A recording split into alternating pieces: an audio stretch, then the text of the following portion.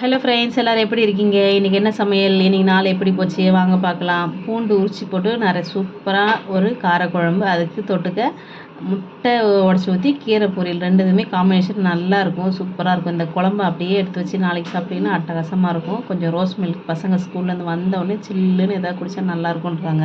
இந்த பால், காய்ச்சின பால், rose milk essence, சக்கரை போட்டு நல்லா மிக்ஸி ஜாரில் அடிச்சுட்டு கொஞ்சம் சப்ஜா விதைகளும் சேர்த்துருக்கேன்.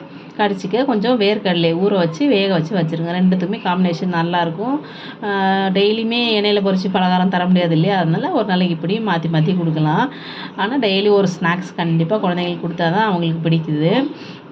கராத்தே கிளாஸ் இருந்து சூப்பராக இன்றைக்கி கராத்தே சிலம்பம்லாம் முடிச்சுட்டு நைட்டுக்கு வந்து முட்டை வெங்காயம் போட்டு ஆம்லேட் ஊற்றிட்டு கேரட் துருவி போட்டு சூப்பரான ஒரு தோசை, அந்த பூண்டு காரக்குழம்பை வச்சு சாப்பிட்டாச்சு. இன்றைக்கி நாள் சூப்பராக போச்சு. அவ்வளோதான், வேலையெல்லாம் முடிச்சுட்டு தூங்க போகிறோம். பாய், குட் நைட்.